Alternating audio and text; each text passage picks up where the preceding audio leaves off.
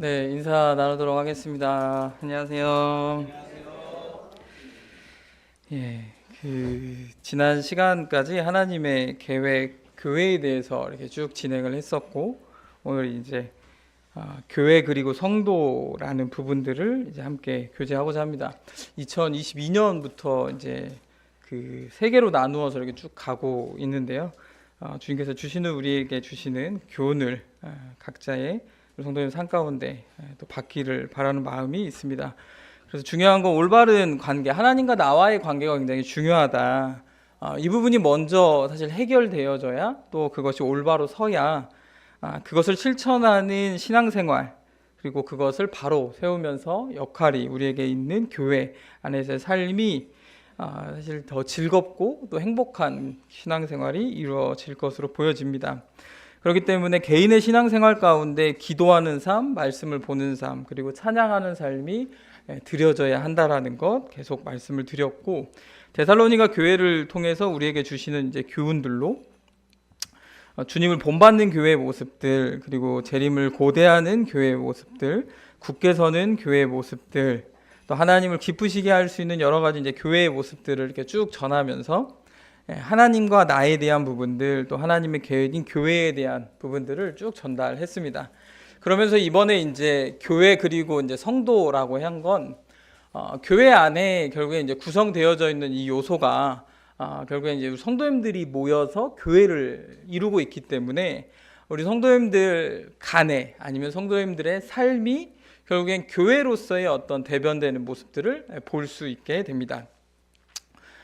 최근에 이제 제주도에서 그 중국인들의 조금 단어가 틀릴 수 있는데 베이징 바캉스라는 패션 보셨습니까? 잘 모르시죠? 네. 중국인들이 제주도에 관광을 와서 티를 입는데 덥다고 말아 올린대요, 남성들이. 그래서 배를 드러내놓는 그런 사진을 이제 뉴스 기사에서 이제 본 적이 있는데, 보셨어요? 이 모든 성도님들 중에 제일 앞서가신, 아무도 모르고 있는데, 근데 그게 그런 모습을 보이면 꼴불견이다 생각하는데 저 사람이라고 생각하시지 않죠? 중국 사람들이 그렇다라고 생각합니다. 아니실 수도 있지만 그렇게 하는 건 누군가 한 명의 모습이 여러 그 집단을 대변하는 형태로 보여질 수 있다는 겁니다. 그러니까 돌아와서 우리 교회 성도님들이 어떻게 신앙생활을 해가느냐가 정금문교회를 대변할 때가 있을 수 있다라는 거죠. 그렇기 때문에 이 교회 안에서의 성도, 또 성도 간의 어떤 관계, 또 성도의 모습들이 굉장히 중요하다. 이런 생각을 한 이유가 지난 12일에 그 옹골 송천교회에서 히즈일 콘서트를 찬양 집회로 이제 갔었어요. 갔는데 여기 이제 4명이 와서 이제 찬양을 부르면서 그 각자 이제 돌아가면서 자기의 삶을 이제 이렇게 나누시더라고요. 그러면서 모두 다 5년 전에라는 부분으로 시작을 했습니다. 5년 전에 옹골 송천교회에 왔었는데 그 이후에 제가 어떻게 살았다. 5년 전이면 코로나가 이제 생기기 전 19년도 10월이더라고요. 우리 성도님들 19년도 10월에 무엇을 하셨습니까?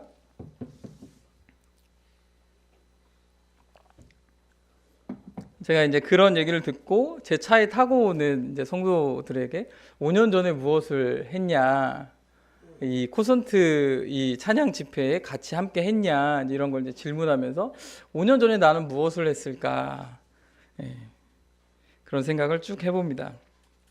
저는 뭘 하고 있었을까요?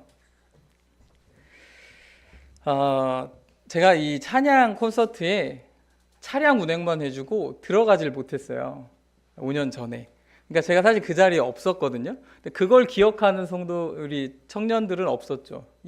왜 그러냐면 딱 10월 7일 날 이제 돌아가신 아버지가 교통사고가 나서 전북대병원 응급실에 이제 중환자실 겸 응급실에 입원해 계셨고, 이 콘서트가 그 다음 주 토요일 16일에 이제 5년 전에 있었던 거죠. 그러니까 이제 청년들 태워다 주고 저는 이제 그 저녁 시간대 면회가 가능하니까 내려주고 다시 전북대 가서 잠깐 한 20분 30분 잠깐 보고 다시 청년들 태우러 갔던 그 기억이 있습니다. 그 5년 동안의 삶을 그래서 이제 다시 떠올려 보게 됩니다. 5년 동안 내가 무엇을 어떻게 살아가고 있었을까?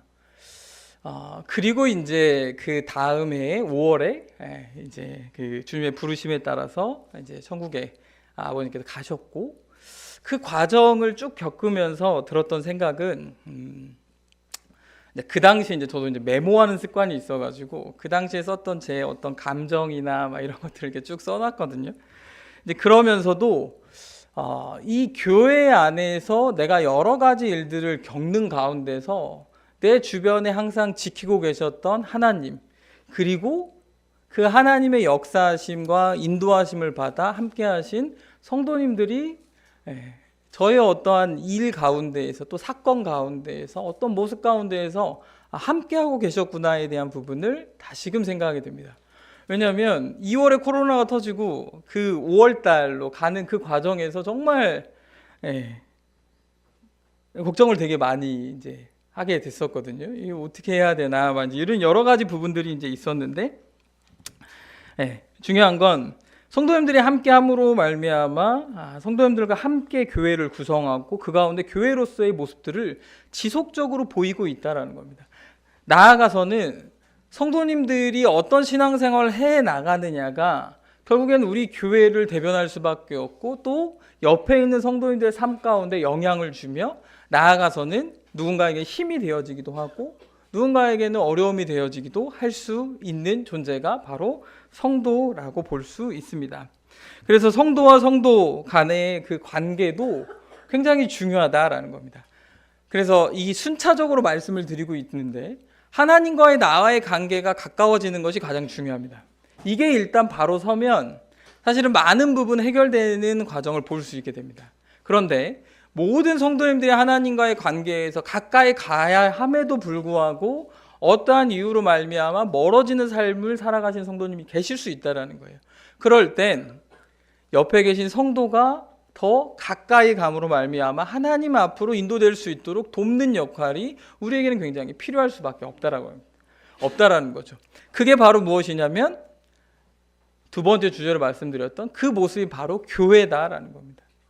그리고 이 세 번째 주제로 교회 안에 있는 성도 간의 관계 가운데 우리가 어떻게 행동해야, 또 어떻게 신앙생활을 해 나가야, 또 실제적인 관계 가운데 실천적으로 무엇을 해야 하나님 앞에 더 칭찬받으며 성도 간의 관계를 가질 수 있을까에 대한 부분들을 쭉 전하고자 합니다.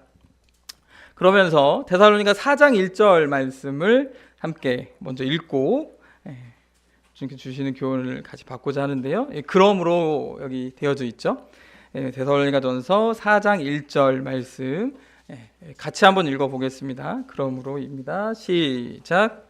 그러므로 형제들아, 우리가 끝으로 주 예수 안에서 너희에게 구하고 권면하노니 너희가 마땅히 어떻게 행하며 하나님을 기쁘시게 할 수 있는지를 우리에게 배웠으니 곧 너희가 행하는 바라 더욱 많이 힘쓰라. 여기 안에 있는 단어를 통해서 하나님을 기쁘시게 하는 교회의 모습들을 한번 설명드린 적이 있었습니다. 그런데 이 중간에 봤더니 다시 한번 읽어드리면, 그러므로 형제들아, 우리가 끝으로 주 안에서 너희에게 구하고 권면하노니 너희가 마땅히 어떻게 행하며 하나님을 기쁘시게 할 수 있는지를 우리에게 배웠으니 곧 너희가 행하는 바라. 더욱 많이 힘쓰라 라고 말하고 있습니다. 그러면서 여기서 이제 주목했던 문장은 너희가 마땅히 어떻게 행하며 라는 부분에 이 문장을 조금 더 집중해서 보게 됩니다. 그러니까 교회 안에서 그리스도인이라면 마땅히 어떻게 행해야 하는 것이 존재한다라는 거죠. 그러니까 이 바울 일행이 복음을 전한 후에 그 교회 성도들에게 마땅히 어떻게 행하는 것이 이런 모습입니다라는 실천적인 어떤 실제로 행동하는 모습을 이 데살로니가 성도들에게 전한 겁니다. 그리고 그것을 실제로 행하니까 너무 잘하고 있으니까 더욱 많이 그렇게 힘써라 라고 말한다는 거죠. 그래서 너희가 마땅히 어떻게 행하며 라는 부분을 쭉 이 문장을 쭉 생각해 보면서 한 단어를 떠올리게 됐는데요. 제가 사전적인 의미를 읽어드려 보려고 하는데 어떤 단어인지 맞춰보시면 좋을 것 같은데요. 어떤 단어의 뜻이 어떤 거냐면 사람이 어떤 입장에서 마땅히 행하여야 할 바른 길. 한 번 더요. 사람이 어떤 입장에서 마땅히 행하여야 할 바른 길이라는 단어인데 이게 두 글자입니다. 아침에 예습을 시켜서 맞춰주셔서 감사해요. 바로 뭐냐면 도리라는 단어입니다. 마땅히 어떻게 행하며 라는 이 성경에 있는 문장을 그리스도인 입장에서 돌이켜 봤더니 교회 안에 성도로서 마땅히 행해야 될 바른 길의 모습이 우리에게는 분명히 존재한다라는 겁니다. 그게 누구 앞에서냐면 사람 앞에서가 아니고 하나님 앞에서 마땅히 행해야 될 그 모습이 우리에게 있다라는 거죠. 그리고 그것이 실제로 한 번 해보고 두 번 해보고 이렇게 하니까 하나님 앞에서 칭찬받고 또 하나님께서 주시는 어떤 복을 누리며 그리고 주변에 있는 성도님들이 너무나 즐거워하고 행복해하는 모습을 볼 때 그 뒤에 있는 것처럼 그렇게 계속 행하다 보면 그게 실천이 되고 습관이 되고 나아가서는 그리스도인의 삶이 되어진다라는 겁니다. 그런 삶이 우리에게 이루어질 때 우리는 성도와 성도와의 그런 관계 가운데 하나님을 기쁘시게 할 수 있는 이런 행동들이 나타나게 되고 그리고 주님께서 주시는 직접적인 어떤 영적인 깨달음 또 기도의 응답 그런 기쁨과 함께 성도의 모습을 보면서도 너무 주님 잘 섬긴다에 대한 모습을 보면서도 기쁨이 우리 마음 가운데 영적인 기쁨이 우리 마음 가운데 이제 존재하게 된다는 거죠. 이런 신앙생활이 우리 교회 안에서 지속적으로 이루어져야 함께 신앙생활을 하는 데 있어서 서로 힘이 나고 또 행복하며 즐거운 신앙생활이 이루어진다라는 겁니다.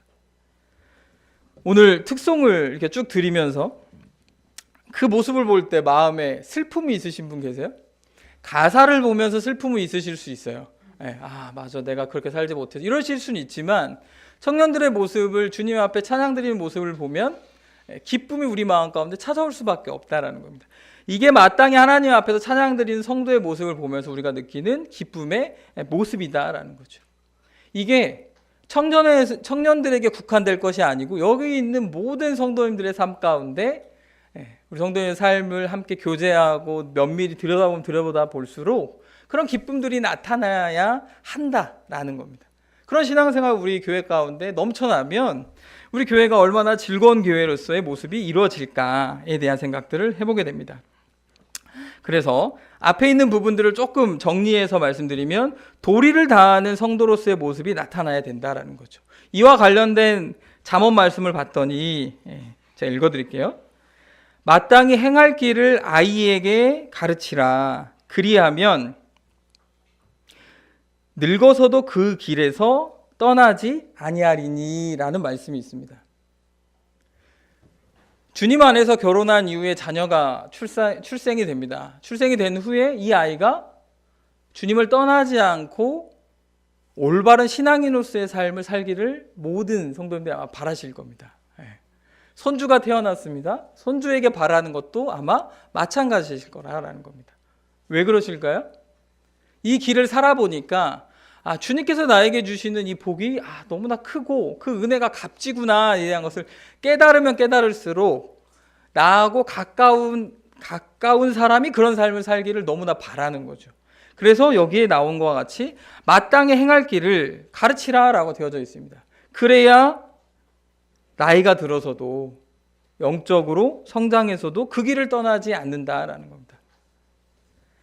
이런 모습들이 우리 가운데 있어야만이 하나님께서 우리 교회를 더 사용하시게 된다라는 거죠. 그래서 방법적인 부분에서 그럼 어떻게 해야 마땅히 행할 길을 갈 수 있을까에 대한 시작점은 무엇일까에 대한 부분을 생각하게 됩니다. 그래서 질문을 하나 드리면 우리 성도님들 여행 다녀보셨잖아요. 자, 여행을 가려고 합니다. 가장 기초적인, 가장 기본적인 준비는 무엇이겠습니까? 지도. 예. 굉장히 철학적인 보물 찾으러 가셔도 될 것 같은데. 예. 가장 기본적인 준비는 무엇일까요? 목적지를 뭐 정할 수 있고, 마음이 있어야 되고요. 사실 정답은 없어요. 그냥 어떤 걸 말하시든 다 정답이에요. 내 기준에서.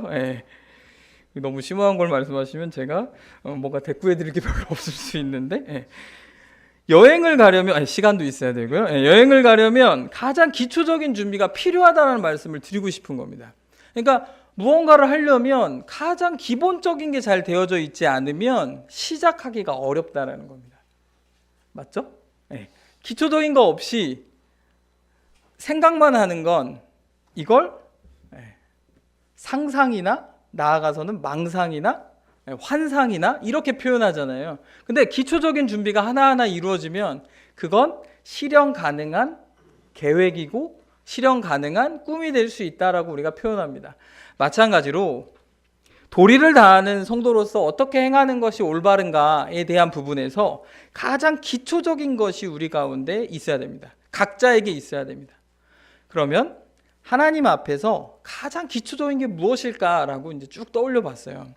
저의 이제 그 5년의 신앙생활 그리고 과거의 부분들 여러 가지를 쭉 생각해 보면서 어떻게 행하는 것이 마땅히 행하는 가장 기초적인 걸까라고 생각해 보니까 주님께 주신 떠오른 말씀이 바로 이 말씀입니다.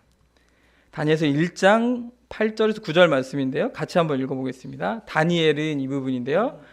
읽겠습니다. 시작.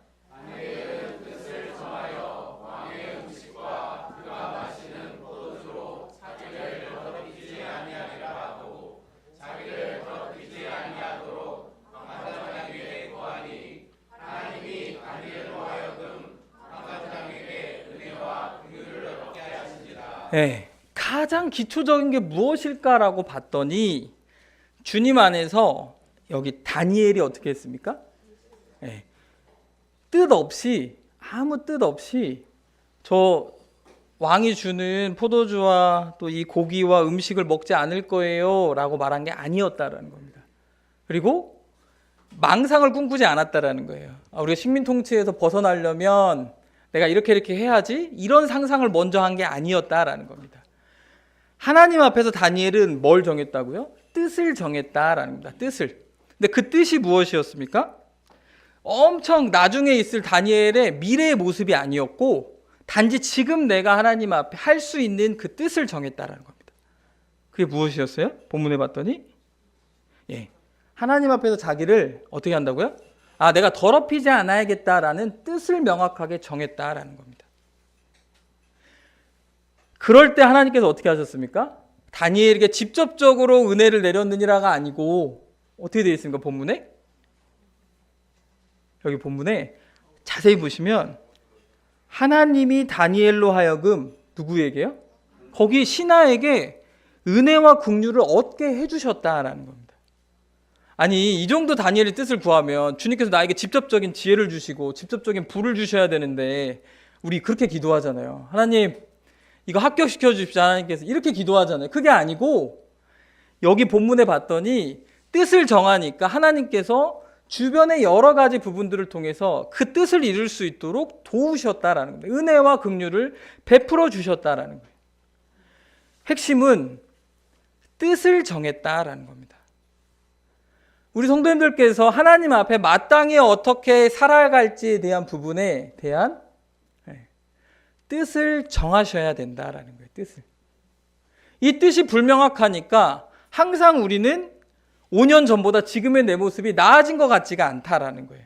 신앙 안에서 전혀 나아진 것 같지가 않다라는 겁니다. 여전히 내 마음은 옹졸하고 여전히 나는 죄악 가운데에서 그 삶을 살아가고 있고 여전히 나는 변화하지 않는 내 모습 가운데 유지하면서 살아가는 안타까움이 존재한다라는 겁니다. 근데 문제는 무엇입니까? 우린 주님 만날 날이 가까워지면서 지금 내가 뜻을 정해서 하나님 앞에 나아가지 않으면 더 어려운 삶을 살아갈 수밖에 없는 존재이다라는 거예요. 성장할 수가 없어요. 성숙해지기가 어렵다라는 거예요. 지금 뜻을 정하지 않으면 더 점점 밑으로 내려가지 위로 자연적으로 올라갈 수 없다라는 겁니다. 그래서 가장 기초적인 건 뜻을 정할 때 하나님께서 그 뜻대로 살아갈 수 있도록 우리에게 은혜와 긍휼을 얻게 하신다라는 겁니다. 저도 마찬가지입니다. 과거에 주님을 경험했던 여러 가지 경험들이 있어요. 여러 가지 경험들 가운데 주님께서 이제 먼 미래가 되고 이제 현재에 와서 생각해 보면 그때 그렇게 주님께서 하셨구나. 근데 그때 순간엔 굉장히 슬펐다라는 거예요. 예를 들어서 대학을 입시를 가는데 제가 04학번이거든요. 04년도에 대학을 입학할 때 그 전까지만 하더라도 대학 그 입학하는 전형이 달랐어요. 계속 다르고 변화하다가 제가 들어가는 학과에서는 과목을 딱 3가지만 본다. 내신의 점수를 3가지만 봐서 내신 점수를 반영하고 수능 점수를 반영하겠다. 제가 간증으로 몇 번 말씀드렸는데 아니 수능을 봤는데 너무 못 본 거예요. 이게 내게 맞나? 제 의심. 한 달 후에 점수가 나오거든요. 예상 점수가 있잖아요. 그럼 적어도 모의고사 봤던 것보다는 이쪽 저쪽이겠지 했는데 너무 못 봐가지고 어떻게 해야 되지? 근데 그때의 기억이 아직도 생생합니다. 그 성적표를 열어본 날 도서관에서 열어봤는데 아직도 생생합니다. 너무 못 봐가지고. 근데 전형이 그때 바뀌어가지고 제가 국립대에 입학할 수 있는 상황이 생겼다는 거예요. 아시는 것과 같이 기계과에 입학했고 1년 후에 공부해서 이제 과를 바꿀 수 있는, 그래서 지금 이런 길까지 왔거든요. 그것만 그런 게 아니라 군대에 가서도 마찬가지로 뜻을 정하였다. 어떤 뜻을요? 내가 군대에 가서 주님을 많이 경험했으면 좋겠다. 그리고 자대에 갔더니 교회를 안 가니까 교회에 나갔으면 좋겠다. 어떻게 해야 될지 모르겠지만 교회에 나갈 수 있는 지혜를 주셨으면 좋겠다 할 때 그 길을 인도하셨다라는 겁니다. 직장 생활에서도 마찬가지고 뜻을 정하고 그 뜻 가운데서 하나님께서 주변 사람을 통해서 은혜와 긍휼을 베푸신다라는 것을 우리는 삶 가운데 계속해서 경험해 가고 있다라는 겁니다. 근데 문제는 건망증이 있어가지고 내가 뜻을 정했던 그 마음을 자꾸 잊게 돼요. 잊게 되니까 다시 또 어떤 새로운 상황이 되면 뜻 없이 계속 그냥 삶을 살아가다가 나에게 주어진 어떤 것을 그냥 경험하고 일이 잘 풀리면 아유 잘 됐네. 그리스도인이 꼭 하지 말아야 될 말 운이 좋았네. 이렇게 표현하고 넘어가는데 이러면 안 된다는, 뜻을 명확하게 정하면 주님께서 은혜와 긍휼을 얻게 하신다라는 겁니다. 그걸 우리가 경험하는 신앙생활이 우리 가운데 이루어져야 된다라는 거죠. 그래서 하나님이 기쁘시게 하는 삶을 살기 위한 뜻을 우리 성도님들이 정하셔야 된다. 그리스도인답게 살 수 있게 살아야 된다라는 그 뜻을 명확하게 정하실 때 하나님께서 은혜와 긍휼을 얻게 하신다라는 거예요. 왜 그러냐면 최근에 이제 한국 갤럽에서 조사한 연구입니다. 조사에 따르면 1,500명을 대상으로 조사를 했어요. 코로나 이전과 이후의 변화입니다. 충격받지 마세요.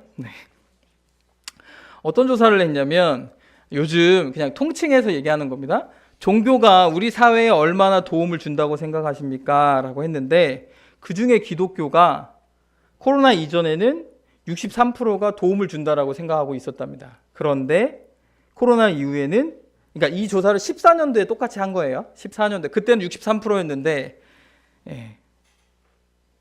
이게 22년도인가 21년도인가에 조사한, 죄송합니다. 23년도인가 이때쯤 조사했어요. 하니까 63%에서 38%로 줄었습니다. 도움을 준다라고 생각하는 일반 사람들이, 기독교인들이 도움을 준다라고 생각하는 일반 사람들이 38%로 줄었답니다. 도움을 주지 않는다라고 생각하는 사람이 오히려 증가해서 62%가 기독교 믿는 사람들은, 개신교 믿는 사람들은 우리에게 도움을 주지 않아 이렇게 생각한다라는 겁니다. 물론 우리 코로나를 겪으면서 이당 존파에서의 어떤 행태 때문에 이렇게 온다라는 걸 알지만 정말 많은 사람들이 교회 다닌다는 사람에게 대한 어떤 신뢰도가 정말 많이 떨어지고 있다라는 겁니다. 이 밑에 제가 그래프 넣어놨죠. 이게 이제 퍼센트가 좀 비슷한데 이게 좀 다른 질문이었습니다. 여기 보면 63.3%가 되어 있는데 뭐라고 질문했냐면 종교별로 신뢰도는 어떠십니까? 라고 했을 때 그때보다 14년도보다 지금 더 나빠졌습니까? 라고 물어봤을 때 63%가 더 나빠졌다라고 얘기합니다. 제가 이 밑에 두 개는 가져오질 않았어요. 영상에 남으니까. 불교하고 천주교는 변화가 없습니다. 근데 교회 다니는 사람들은 교회 다닌다고 말하는 사람들의 모습 가운데 그 사람들 신뢰 못하겠다라고 말하는 비율이 점점 증가하고 있다는 겁니다. 돌아와서요. 제가 모든 교회를 다 비판하고 싶은 마음이 아니고 적어도 우리 정어금문교회 성도님들의 삶이 어떠하냐라는 겁니다. 종교개혁 500년에 대한 마틴 루터가 주장했던 세 가지 중에 하나가 오직 믿음, 오직 은혜, 오직 성경이다라고 되어져 있습니다. 우리 성도님들의 삶은 어떠하십니까? 오직 믿음으로 살아가시고 오직 은혜로 살아가시고 오직 성경으로 살아가고 계시냐라는 거예요. 이렇게 살아가길 원하신다면 뜻을 정하셔야 된다라는 겁니다.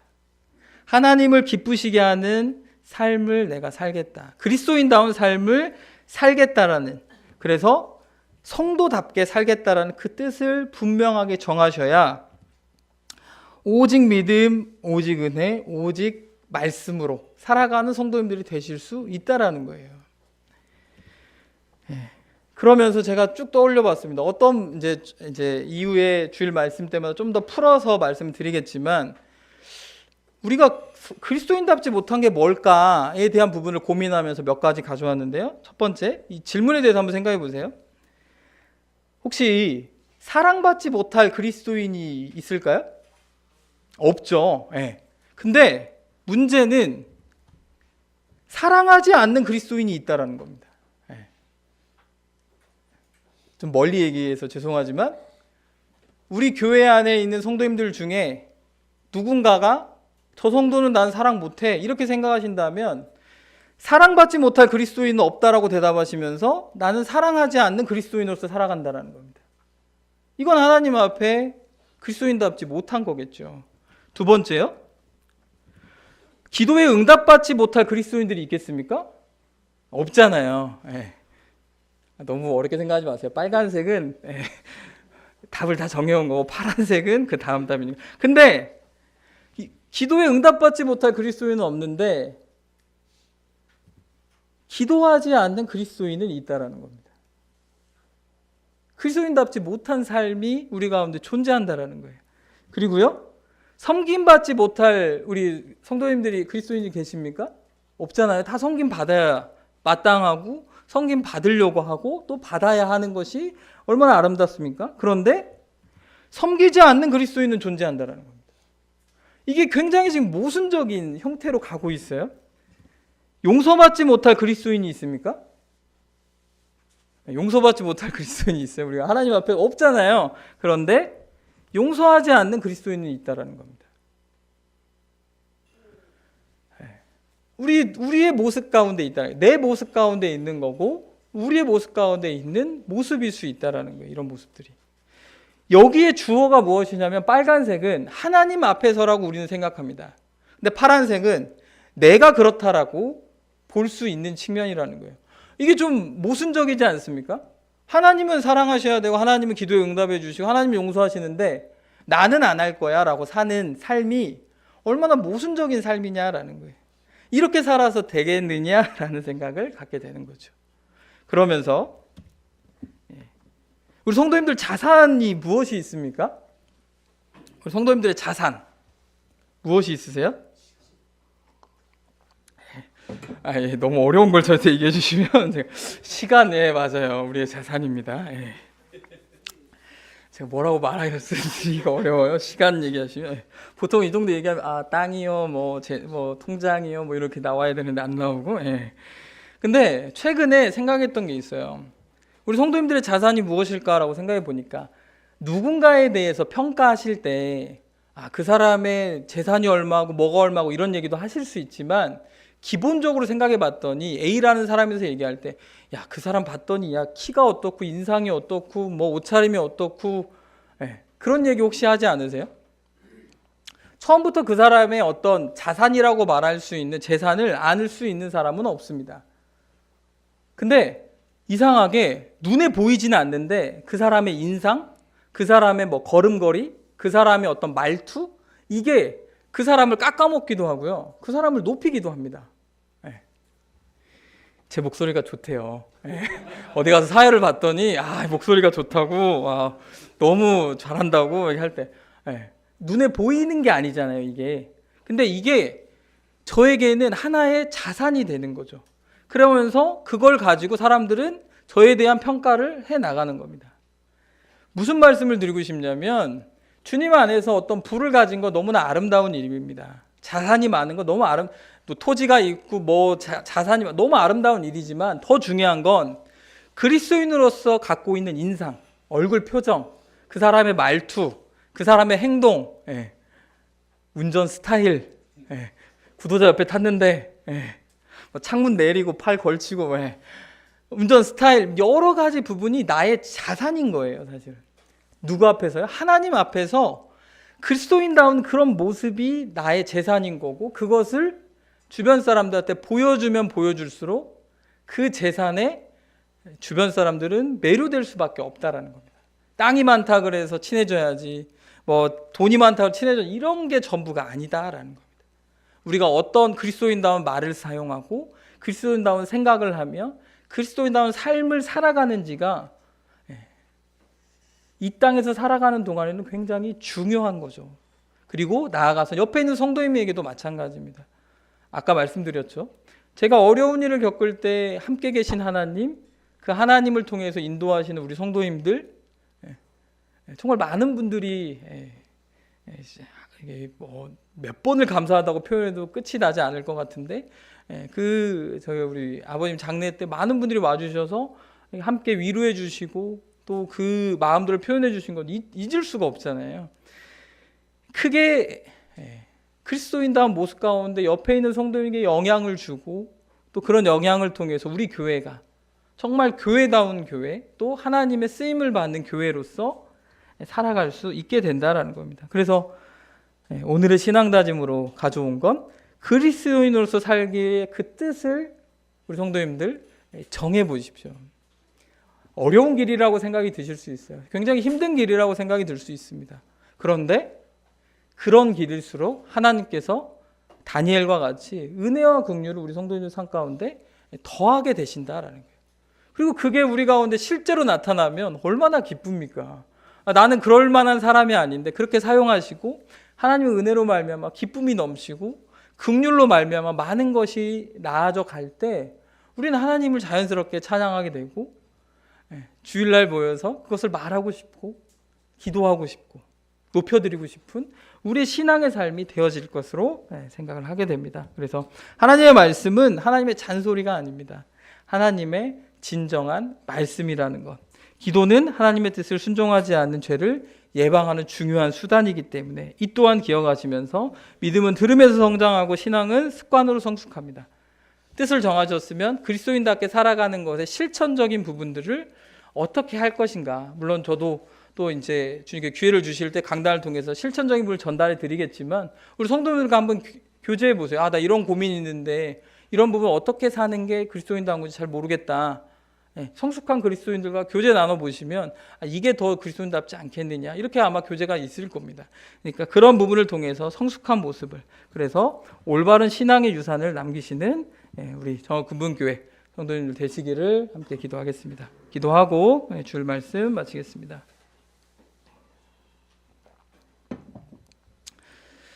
사랑과 은혜가 풍성하신 아버지 하나님 감사를 드립니다. 우리에게 주님께서 주신 은혜가 크며 정말 말로 다 표현하기 어려운 주님의 은혜임을 고백할 수밖에 없음을 다시금 생각하게 되옵나이다. 아버지 하나님, 우리가 자격이 있어서 하나님의 은혜와 긍휼을 받은 자가 아닙니다. 주님께서 먼저 우리를 사랑하셨고 우리를 정말 교회로서 불러주셨으며 하나님의 자녀로 살아가게 하셨기에 이 자리에 있음을 고백을 드립니다. 그것이 아니고서는 우리가 이 자리에 있을 수 없으며 또한 그리스도인답게 살아갈 힘도 없음을 다시금 고백을 드립니다. 아버지 하나님, 우리 정읍군분교회 모든 성도님들이 정말 그리스도인답게 살아갈 수 있도록 주님께서 매일의 삶 가운데 말씀으로 우리에게 정말 그 삶을 인도하여 주시기를 간절히 바라옵나이다. 오직 하나님의 말씀을 우리가 의지함으로, 오직 믿음으로, 오직 은혜로 이 땅에서 살아가는 성도님들 될 수 있도록 주님께서 항상 지켜주시고 항상 보호하여 주시기를 간절히 바라옵나이다. 우리가 내일부터 또 삶의 터전으로 돌아갑니다.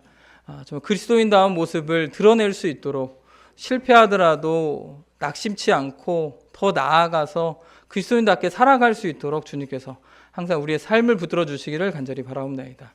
아버지 하나님께 모든 것 맡겨드리오며 우리 삶을 책임져 주심을 우리가 경험할 수 있도록 항상 함께해 주시기를 간절히 바라올 때 우리를 사랑하시는 주 예수 그리스도의 이름으로 기도를 쌉나이다.